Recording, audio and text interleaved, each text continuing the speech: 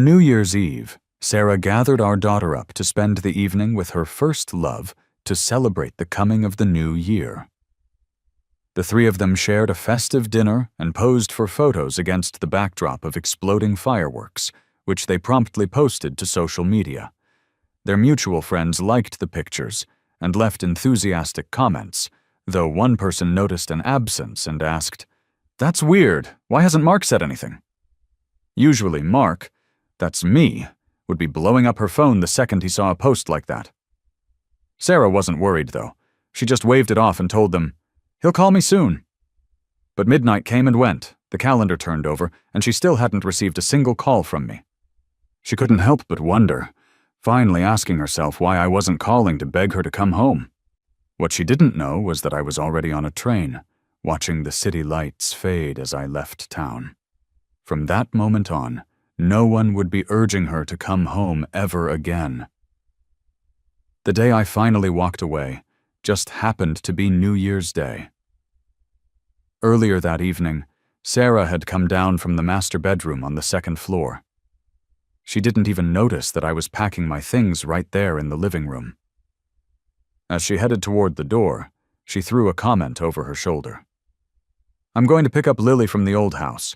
We're going to spend New Year's Eve at David's place. Don't wait up for us for dinner." She spoke in that usual tone of hers, the one that sounded more like a manager giving orders than a wife talking to her husband. 2 years ago, I would have kicked up a massive fuss about it. I would have argued and pleaded. But this year, knowing that I was mere hours away from leaving for good, I felt a strange, profound sense of calm. I just said, "Okay." I didn't even look up from my suitcase or add anything else. Sarah actually paused for a second, looking a bit surprised by my lack of reaction, but she didn't probe any further. She just nodded and walked out. The sound of the front door closing wasn't loud, but the finality of the click made me pause for a moment. A week before this, I had seen a post on David's social media. He had bought a truckload of festive decorations for New Year's and posted a selfie in front of a window decked out in lights and streamers. It was captioned as yet another New Year full of anticipation. A lot of people liked the post, most of them Sarah's friends. One comment stood out. "Is Sarah spending New Year's with you again this year? She is so good to you." David didn't respond with words, just a cool, aloof emoji. Then I saw that Sarah had liked the post, too. I wasn't surprised by their interaction. After all, this wasn't the first New Year's Eve Sarah had spent with David. To be exact, this was the 3rd year in a row. But there wasn't much I could do about it, given that David is Sarah's first love. Even though Sarah and I went from being college sweethearts to a married couple, it's always the same old cliched story. Ever since David came back into the picture, Sarah has just been settling for me. In the past, I would have thrown a fit, asking if she was really choosing him over her husband again. But this year I didn't ask a single question. I just quietly bought a train ticket to go back to my hometown and left a signed divorce agreement on the coffee table. I guess this is really the end for Sarah and me. My ticket was for 7 in the evening. As I stood there, torn about whether or not to take the framed family photo from the mantel, I unexpectedly received a video call from Lily. Lily is my daughter with Sarah. She turned 5 this year. Maybe because she was raised primarily in the old house by her grandparents, both mother and daughter share a similar, cool, detached demeanor. When I answered the video call, a young face with eyes identical to Sarah's popped up. The car interior behind her was familiar, indicating Sarah had already picked her up. Lily frowned at me through the phone, asking, "Daddy, are you upset again?" "Upset?" I looked blankly at the image of Lily on the small screen. Before I could even respond, she continued her interrogation. "Is it because we're spending New Year's with David again? Like I've said before, David is lonely on New Year's. He's not like you. You always have someone." She rattled on, reciting lines she had clearly heard from adults. She said similar things 2 years ago when I first found out Sarah was taking Lily to be with David for the holiday. Back then, I had a huge fight with Sarah. Lily stood by her mom, both of them looking at me with reproach. "David is alone. He just wants some company for the holiday. Can't we just keep him company? I argued back then that if they were with David, I was the one who would be alone. I hardly got to see Lily since she was growing up in the old house. And I wanted a family reunion to welcome the new year, but they saw me as the unreasonable, crazy person. Lily would stare at me like a little adult, full of complaints. In the past, her words and those judgmental eyes would have hurt my heart. Now that pain felt no more significant than a mosquito bite. It was just a dull, insignificant itch. "Lily, I'm not upset," I said, and I meant it. "If you want, David can spend every New Year's Eve with you both." Lily's face looked taken aback, and then she pouted. "You're saying the opposite of what you mean again. You always do this. But then later you'll call us and beg us to come home." I opened my mouth to say something, but Lily had already passed the phone to Sarah. The camera swept over to her in the dim light of the car. Her face was clear and defined, thinly veiled with the coolness of winter. She gave the camera a slight sidelong glance, and there was a hint of chilliness in her eyes. I swallowed the words I was going to say. Sarah drove, her voice indifferent. "Anything else?" she asked. That familiar tone. There were so many things I had wanted to say to her before, arguments I wanted to win, feelings I wanted to express. But now I just shook my head. "No." Sarah seemed momentarily stunned. She looked like she wanted to look at me longer, but the traffic light turned green, and the car moved forward. I hung up the phone. In the end, I didn't take that family photo. After packing up all my stuff, I casually left the house keys on the table in the entryway. I'd been in this city for 6 years, and in the end, everything I truly owned fit into one 26-inch suitcase. The winter air outside was biting, and the taxi window had a thin layer of fog on it. The driver, taking advantage of a break in traffic, chatted with me. He asked if I was heading home. "Why did you get such a late ticket?" he joked, saying if my home was far, I might miss out on the New Year's dinner. I pretended it was half true, saying I couldn't snag an earlier one. But it wasn't true. Initially, I had planned for Sarah, Lily, and I to drive back to my place together this year. Since marrying Sarah, I hadn't visited my home in 6 years. At first, it was because Lily was too young, so travel wasn't easy. When Lily turned 3, Sarah took her to visit David for 2 consecutive years. I thought Sarah would remember this year, but David's post reminded me that Sarah had forgotten again. So, I didn't expect much and bought a ticket myself.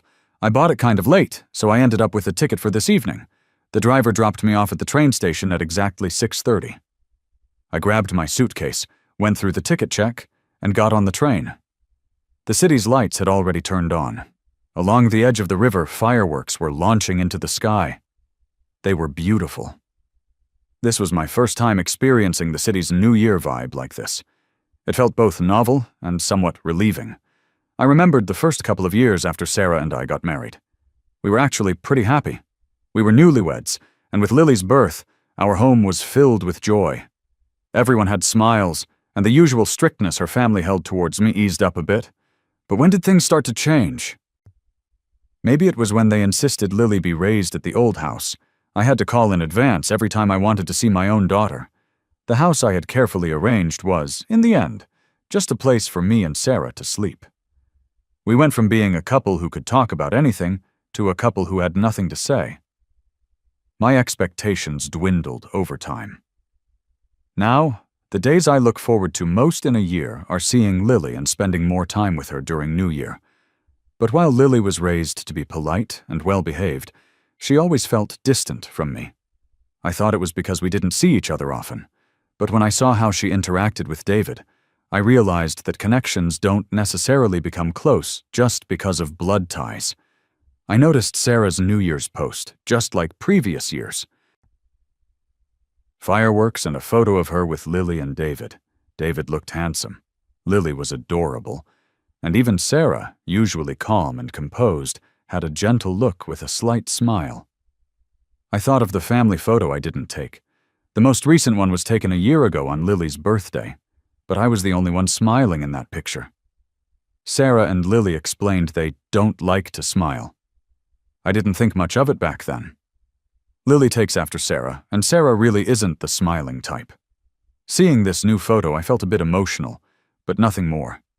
I thought about liking Sarah's post, but saw the comments first. Sarah's post hadn't been up for long, just about half an hour, yet there were a lot of comments.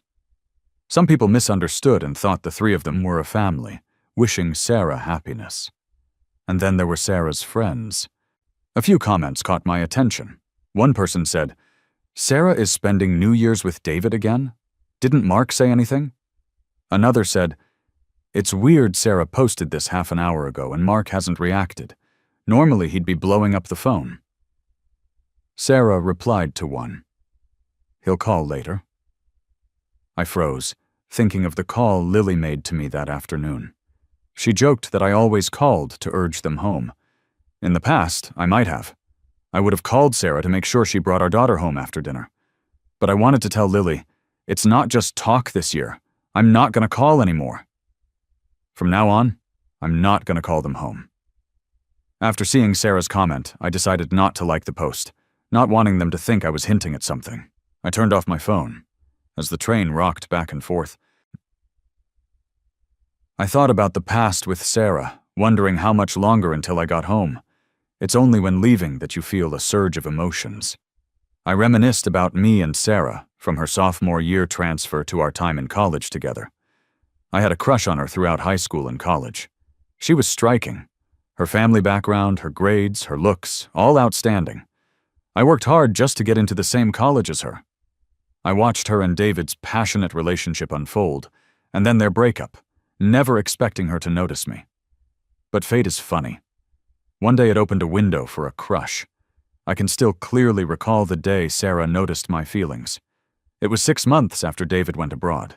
Sarah was in a competition, and no one believed she would win except me. She won first prize. In the afterglow of cheers and celebrations, Sarah walked towards me. "Mark?" she asked. "Yes," I said.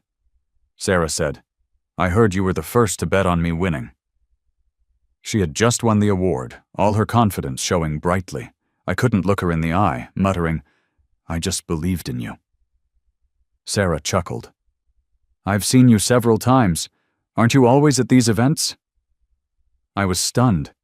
I had watched Sarah at many such events, but I never dared get too close.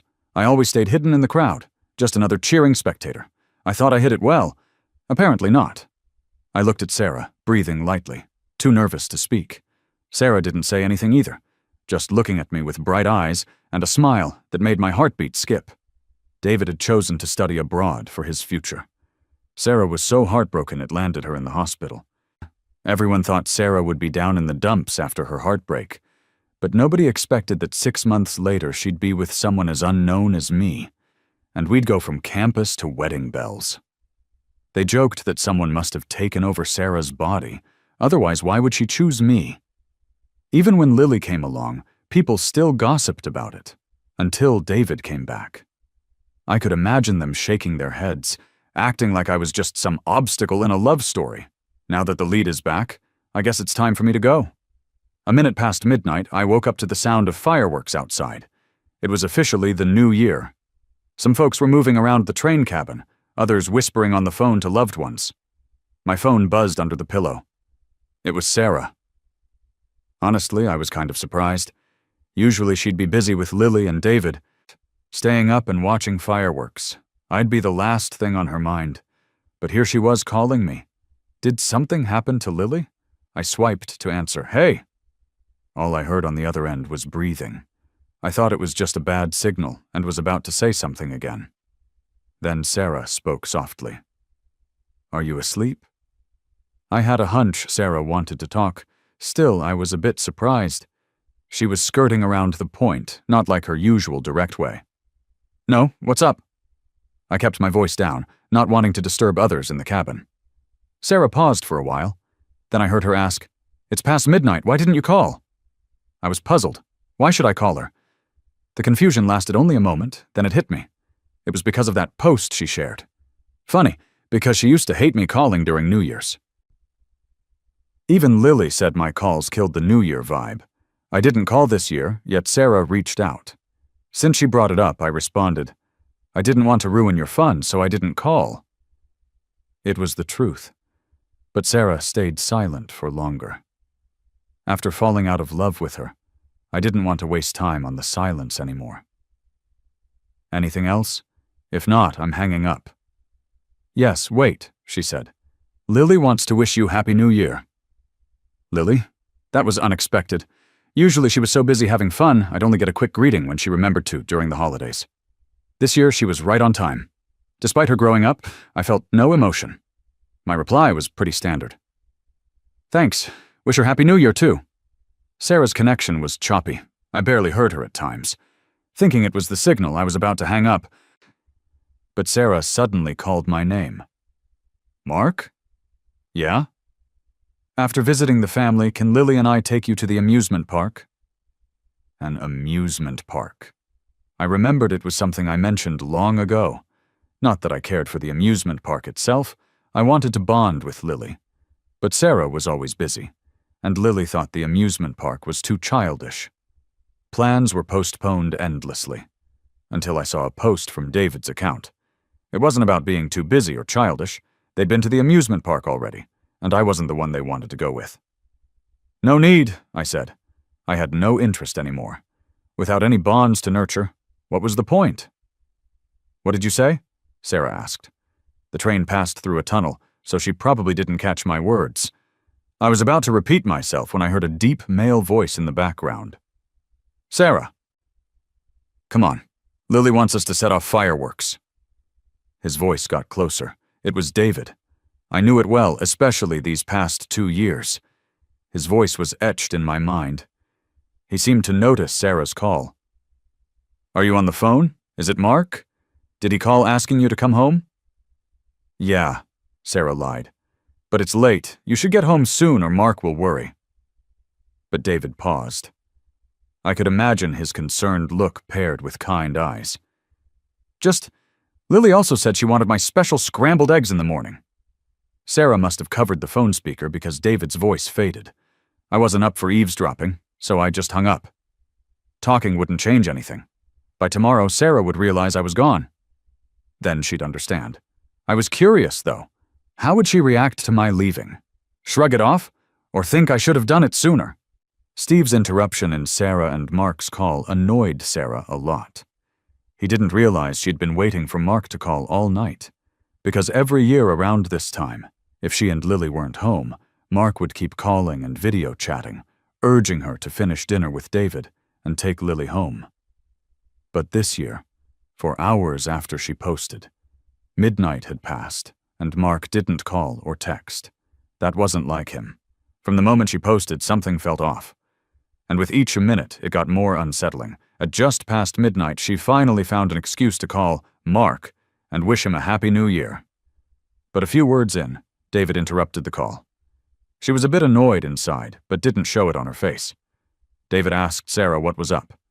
She brought up Lily wanting to have David's special egg custard, hinting at staying over. But Sarah actually didn't want to stay. She wanted to hurry back to Mark.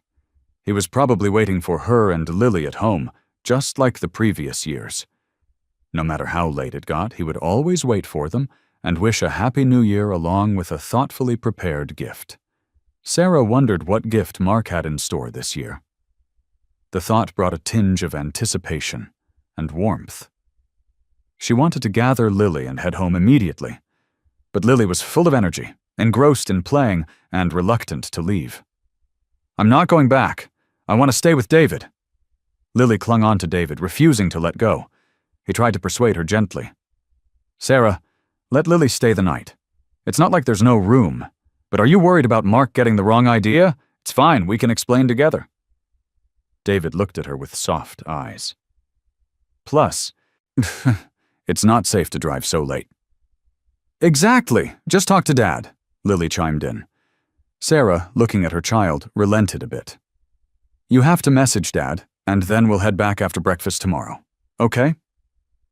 Lily agreed easily, sending Mark a voice message. But Mark didn't respond. Sarah began to feel uneasy, but brushed it off, assuming he fell asleep angry. Tomorrow she would go back early and bring Mark a New Year's gift. He was always so gentle and forgiving. Even when upset, he was easy to cheer up. The next day, before she could head home, she got a call from her family. They wanted her and Lily to visit for New Year's greetings.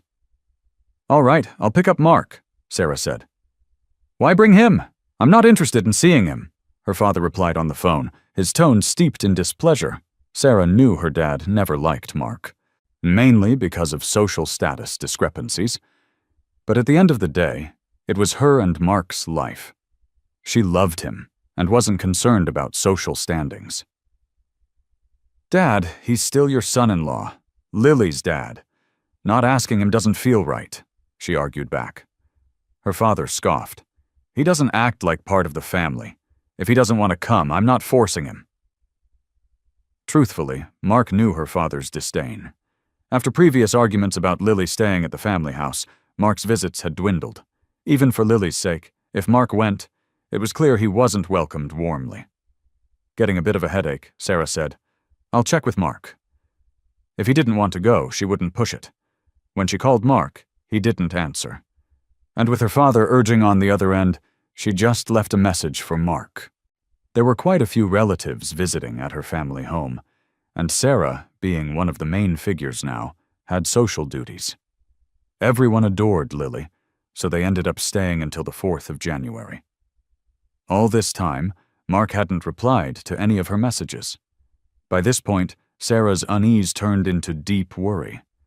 Not heeding her father's pleas to stay longer, she took Lily back to the home she shared with Mark. Upon opening the door, they met silence and darkness.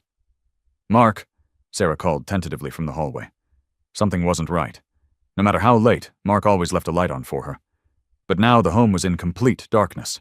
Not a single light illuminated the space. "Dad?" Lily wandered towards the main bedroom, finding no one there. She stood bewildered at the top of the stairs. "Mom, Dad's not here. Where did he go?" A chill spread from Sarah's fingertips throughout her whole body. She scanned the home, feeling as if its owner had been gone for some time. An eerie stillness emanated from the empty rooms. I saw Sarah's calls the night of the 4th. 21 missed calls back to back. Seemed urgent, like something big happened. When I called back, she picked up immediately. "Mark, where are you?" Sarah's voice sounded weary and raspy. Was it just me, or did she sound cautious too? I thought for a moment. "You're home?" I asked. No wonder, it seemed Sarah returned to an empty house, prompting her calls. So many calls. She must have seen the divorce papers I left behind.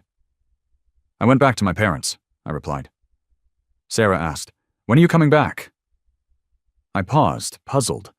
Since she clearly saw the divorce papers, why ask? Didn't she get it? "I'm not coming back," I said plainly. "Sarah, I'm not coming back. Just sign it and let's part ways on good terms." "What does on good terms mean, Mark?" Sarah sounded excited, maybe hysterical. "Weren't we doing fine?" Turns out in Sarah's mind, this is what fine means. I felt a sigh rise from within and let it out. Sarah seemed to realize something. "Is it because I took Lily to celebrate New Year's with David? Why? Mark, I never used to ask you so many whys before."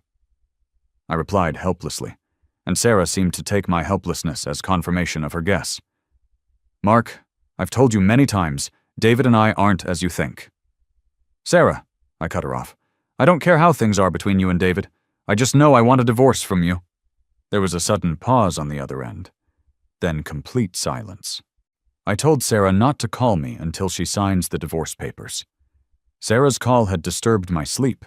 I got up to get some water from the kitchen. To my surprise, I found my dad still busy there. "Dad, why are you still up so late?" "I made you some late-night snacks," he replied, while placing a bowl of egg noodles in front of me. "Try it. You haven't had it in years. See if it still tastes the same." He was bathed in a soft white glow from the kitchen light. I noticed a few strands of white hair on his head. Bitterness welled up in my throat. When I was about to marry Sarah, my dad was against it. Beyond differences in family backgrounds, he didn't want me to go so far away, fearing I'd have no support if I got mistreated. In the first couple of years after marrying Sarah, I tried recreating the same dish my dad made for me. but I could never get it to taste the same. I used the steam from the bowl to hide the moisture in my eyes. It's all right. From now on, I won't leave your side again.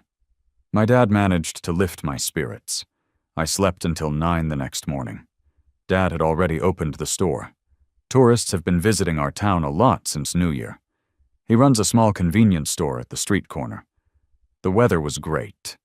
By 10 o'clock, the town was filled with sunlight and a sense of peace. I went to the store entrance and called out, "Dad?" 2 figures, one big and one small, turned around simultaneously. "Daddy!" Lily ran to me first. I was a bit startled as she hugged me. She looked up at me with those big, bright eyes of hers. "Daddy, I missed you." Sarah wore a calm and gentle expression with a slight smile. "Mark?" Once again, I was speechless, and my brow jumped. I was surprised by Sarah and Lily's arrival, but soon irritation crept in. "What are you two doing here?" Sarah didn't seem to notice my cold reaction and took my hand. "Sorry, Mark. We've had so many guests at home these days. We came late." Just then, my dad came out from the back with a fruit plate. He had clearly seen Sarah and Lily before me. I had no idea how Sarah managed to win him over. At that moment, my dad was all smiles. "Sarah, Lily, come have a seat." "Thank you, Dad." "Thank you, Grandpa." Lily, usually so mature for her age, was now sweet and well-behaved. My dad was on cloud 9, wrinkles around his eyes deepening with joy.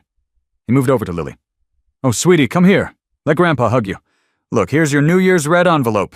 Happy New Year, sweetheart." "Wishing you health and happiness." Lily grinned as she let him embrace her. He really liked Lily, even though it was their first meeting. His smile was genuine and infectious. This was the happiest I'd seen my dad since I returned home. I knew why Sarah was here. After last night's call, she drove over with Lily. She thought I was upset and had returned to my hometown hoping this would calm me down. But it only made me more agitated. "Sarah," I tried to keep my cool, thinking I had made things clear last night. But Sarah interrupted me. "Mark, I drove for 5 hours. I'm exhausted." Her pretty brows knitted lightly, her whole demeanor one of weariness. My dad heard and quickly chimed in, telling me to get Sarah and Lily home to rest. I could see through Sarah's act. But looking at my dad immersed in joy, I didn't want to argue with Sarah in front of him. I led Sarah and Lily home. Mother and daughter followed me. Lily held Sarah's hand, the latter hesitating to speak. I noticed and found an excuse to have Lily leave after we got home to face Sarah alone. I used to really like Sarah, even when we weren't talking. But now, seeing her only made me feel repulsed and displeased. Turns out, falling for someone is easy, and disliking them is just as simple. "Sarah, what do you really want?" I felt a headache coming on, especially dealing with her. "Mark, I'm not up to anything. Just wanted to bring Lily to see Dad." Sarah looked at me. "You always said Lily hadn't met her grandpa yet, didn't you?" I found it laughable. I'd mentioned it many times before. Every time, she ignored it. Now she's proactive? I gave her a mocking look. Sarah pressed her lips together. "Mark, don't look at me like that. I'm sincere." The last thing I wanted was her sincerity. Sarah and Lily's visit shook up my recent peace. But I have to admit, because of them, Dad seemed happier than usual. He liked Lily.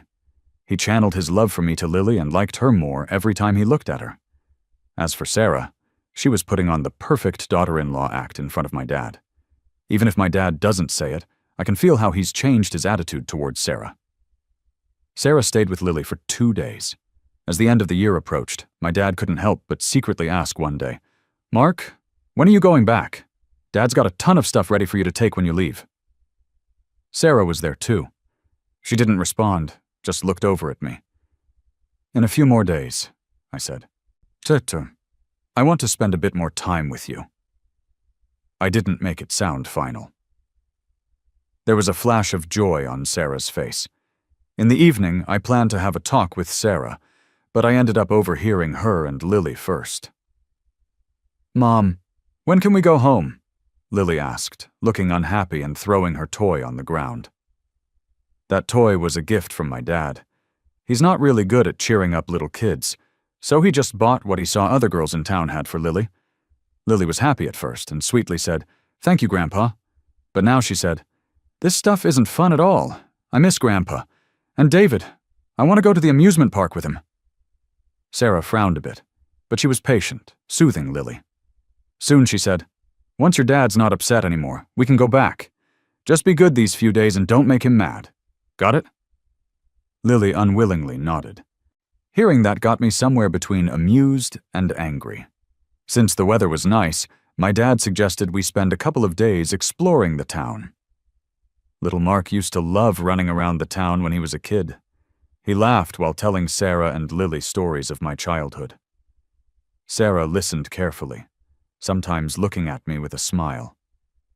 Lily ran ahead, turning back now and then to see if Sarah and I were keeping up. After New Year's, the town calmed down, and its slate paths had an almost serene beauty. "Mark, you never told me about your childhood," Sarah said, trying to break the silence. I glanced at her. "I did," I replied. "You just didn't like to listen, so I stopped." But now, for some reason, Sarah promised, "Mark, let's come here every year for a while." Her eyes were calm, but it seemed almost funny to me. This was just to make me less angry. Before I could respond, I heard Lily's excited shout, "David!" Up ahead, David spread his arms to greet Lily running toward him. Sarah frowned and glanced at me out of reflex. When she saw I had no reaction, she walked over to Lily. "Lily, get down."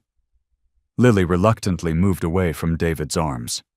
Sarah asked why David was here, and he casually responded, "I'm just traveling around here. Heard you were staying. What a coincidence." Sure was. Out of all places, David chose this small town. Sarah looked at me again as David followed her gaze, his smile broadening. "Mark, didn't expect to see you here," David said with a spark of triumph in his eyes. "I didn't get to wish you a Happy New Year the last time Sarah and I talked on the phone." He brought up that call from New Year's Eve.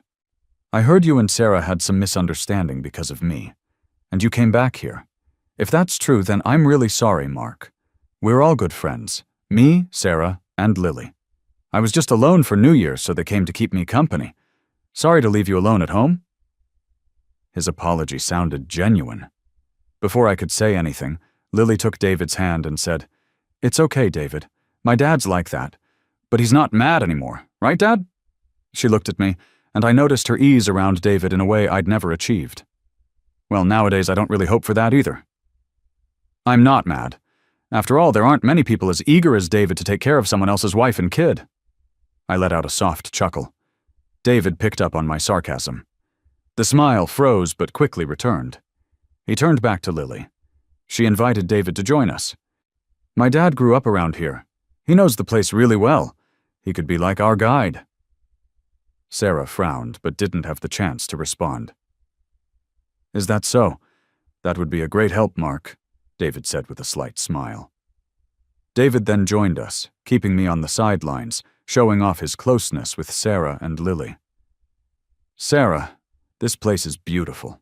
Snap a picture of me and Lily here," he said, standing by the old bridge with Lily. Sarah took the photo. "Let's take one with the three of us," David suggested, scanning around and finally looking at me. "Mark, mind taking a group photo for us?" Sarah gave me a look, about to say something, but I had already agreed. "Sure." David smiled. Sarah frowned, looking at me intently. After I was done, Sarah suddenly said, "Mark, let's take a family photo." I declined. "Nah, I'm not into photos." Sarah opened her mouth, but said nothing, her eyes heavy with unspoken words. Later that night, Sarah knocked on my door. "Mark? What's up?" She pressed her lips together. David coming over wasn't my idea. She rarely explained herself like that. I already knew. Sarah knew exactly where the rift between us was. No way she'd let David come around right now. "I mean, I was the one who called him over," I said it outright.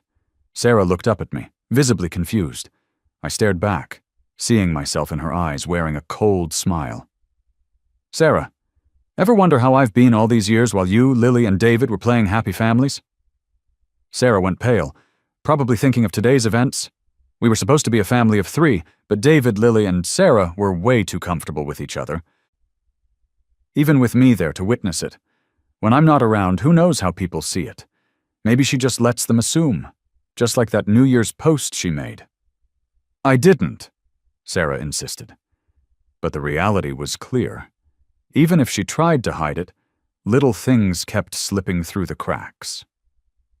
I looked at Sarah and said calmly, "Don't worry, I'm not mad. If Lily and David get along so well, him being her stepdad, it's all good." "Mark!" Sarah interrupted sharply. Her dark eyes blazed with a mix of wetness and fury. "I never planned to divorce you." "Then do you want me to keep watching you, David, and Lily play house? Sarah, you can't have it both ways." "I don't. Mark, the one I love has always been you." "But I don't love you anymore, Sarah." Sarah fell silent abruptly. The color drained from her face like water slowly seeping from a cracked glass. I clearly saw the broken and wet gleam in her eyes. Might as well spell it out. "Sarah, I don't love you anymore." The year I married Sarah, I thought I had to spend my whole life with her. I ignored all the gossip, choosing her firmly. But I forgot some paths are hard to walk alone. I married Sarah feeling her indulgence and love now and then, but it wasn't consistent. I felt more like Charity, a bit more when she felt like it, nothing at all when she didn't. I fooled myself for way too long. "What about Lily?" Sarah asked, her eyes filled with sadness. "She's our kid. Are you going to leave her too?" I stayed silent. "Lily isn't my child. She's yours. And I think she might prefer David as her dad over me." Sarah wouldn't believe it. That night she left, lost and broken. The next day Lily wanted to visit the other side of town. I didn't go with them. "Go ahead." As soon as I said it, Lily bounced excitedly toward David waiting at the door. "David, Dad's not coming, but we're going to have fun." Sarah watched Lily and David together, their interaction painfully sharp for the first time. She followed them out. I thought it would be like always, me not included, the 3 of them having fun. But an hour later, Sarah came back with Lily, who was crying uncontrollably. David was nowhere to be found. "Mommy's mean," Lily sobbed, her nose red and her little face flushed. Sarah's face was stormy. It was the first time I saw them fight. It was surprising. "What happened?" I asked Sarah. No answer. I asked Lily. Instead of answering, she pushed my hand away. "I don't want you." "Lily," Sarah scolded sharply. I was confused. A few minutes later, I got the story. Sarah and Lily were out with David having a good time until David offered Sarah a taste of his new onion cake, already bitten into. Sarah didn't take it well, shoving it away disgustedly. "You're gross." David lost his balance, his face falling at her words. "Sarah?" Lily rushed to help David. "Mom, what's wrong? Why'd you push David?" Sarah realized David was overstepping boundaries and tried to hide her disgust, but she told David firmly to stay away from their family, saying he was a nuisance. David looked shocked. Lily protested loudly. "Mom, what are you talking about? David doesn't bother us at all. We always have fun together." Everything they'd ever said about getting along turned into a knife stabbing Sarah's heart. Her hands clenched, a dark shadow engulfing her. "Oh, I see," I sighed. Seeing Lily crying, I softened a bit. "Lily, don't cry. Don't pretend to care. If you hadn't come back, this wouldn't have happened." That wasn't what I expected. Lily was unusually distant today. Her eyes flared with blame and resentment, a look I knew all too well. But I was innocent this time. I hadn't done anything. Sarah, though, was already upset with Lily for being disrespectful to me. Twice now. "Lily, what are you saying?" "Honestly, we were doing just fine without you. You left me at Grandpa's when I was a kid. You never really did your job as a dad. I like David. I don't like you," Lily yelled at me, feeling wronged. I was caught off guard, didn't know how to react for a moment. Sarah was already holding on to Lily tightly. "Who taught you to say this?" Lily stayed silent, pouting with teary eyes. I felt a wave of numbing exhaustion, but then a strange sense of relief hit me. If that's the case, then good. I knelt down to meet Lily's gaze. In that look, I held all my feelings for her, Yet, in the end, I only said one thing. Actually, I don't really like you either. Lily froze, staring at me blankly. I smiled at her. So, let's not meet again. Mark! Sarah's voice trembled. I told her, Sarah, you can leave now. Sarah had thought taking Lily would be a way to keep me, but in the end, she became the final step to end our relationship. Years ago, Sarah had agreed to take Lily to the old home. I wonder if she ever thought this decision would become the knife between us.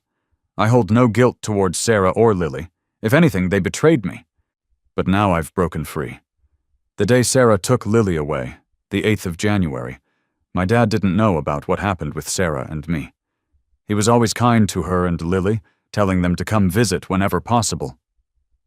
Sarah gave me a look, hiding the bitterness in her smile. Okay. Lily sat in the back seat. The car window blocked her figure and face. She was still mad, maybe waiting for me to coax her. But I didn't care anymore. I told Sarah to make sure and sign the divorce papers. This is the last thing I'm asking you to do. Don't let me down. Sarah stayed silent, her eyes quietly turning red. Mark, I can't take you away, can I? No. A month later, I divorced Sarah without a hitch. Half a year later, my dad learned about it. He was shocked and asked why I didn't tell him what I'd been through. Simply said I didn't love her anymore. Though my dad sighed in regret, with time he stopped mentioning it.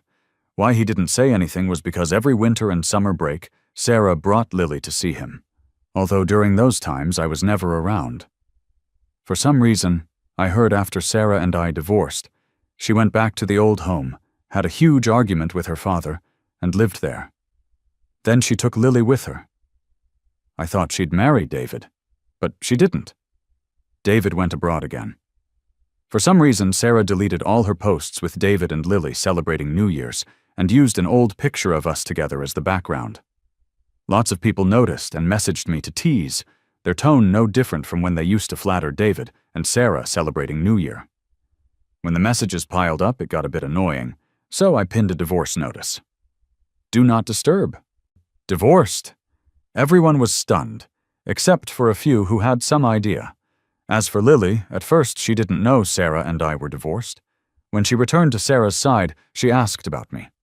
Where's Dad? Why isn't he back yet? Sarah would initially stay silent, but Lily kept asking. Sarah said, Dad's not coming back. Why? Sarah didn't answer. Lily, upset, found Sarah's phone and sent me a voice message. Dad, when are you coming back? Later on, Lily learned what separation and divorce meant. I heard she cried a lot, wanting to see me. But in the end, she never did. And finally, Sarah would occasionally bring her to the town. Those years, winter and summer breaks became Lily's most anticipated days, just like they once were for me. That's pretty dope. I'm happy for him. Yeah, it's pretty sick. There's a chance that I'm gonna drive to Texas for it. But we will see. I'm gonna try really hard to do it. I got the venue.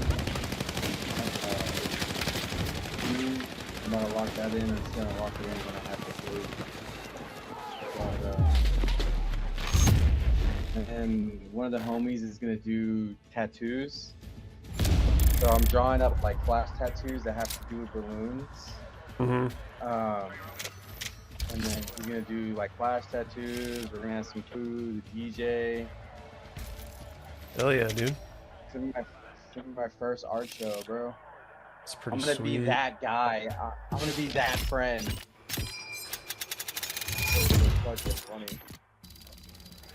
Yeah, when I talked to my wife about it this morning, she's like, that's fucking awesome. Hell yeah, bro. My girl was laughing. She was like, you're gonna be that guy off of the movies that everybody has that one friend that's an artist. And I'm like, bro, I know. What was the, oh, have you ever seen the movie, 50-50? Fuck, no, that's with, Joseph Gordon-Levitt. Yeah. And he has cancer. And they go to an art show Seth Rogen goes to the art show and catches like the guy that's like running it, or his wife, or his girlfriend or something, and he's with some dude that looks like Jesus or something. Oh my god. It's gonna be funny. But what I'm excited about is there's a little corner in the venue, Hmm. and I'm gonna make that a showing for Penelope to show her art. Oh hell yeah, dude, that's sick. Because Penelope is a lot, bro. Penelope is a lot like me. Hmm. She's very creative. And I know, like, everybody says, like, oh, this is super amazing, you know, like, of course, right? But legitimately, Penelope can draw and paint. Like, it's awesome to see the shit that she does. And she loves drawing anime. Like, her dream is to be an illustrator. That's sick. Yeah, she draws like anime characters all the time. I bought her like a drawing tablet that connects to the computer and everything, and she's already been killing it. Yep, investing early. So she doesn't really like photography. She likes to draw and everything, which I mean it's cool. You know what I mean? Like there's nothing wrong with that. But I'm gonna have her, you know, do a couple like pieces, and I'm gonna hang them. Cool. That's cool.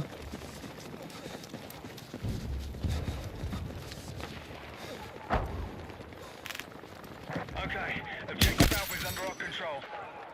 Up and up. Hell yeah, dude. That's pretty sweet. I've always liked the movies. I sent you like the few of the designs. And then like the blue picture, Hmm. that's the first mock I did that I want the actual photo to look like. Like someone wearing like a lace glove, pinching the ribbon, and it's gonna be a black balloon. Hmm. But I'm gonna have to tape the top and use like a long fishing pole or like a boom mic type thing, so I can hold the balloon as straight as possible, and then I'll just Photoshop it out. It's pretty sweet. Pretty sweet.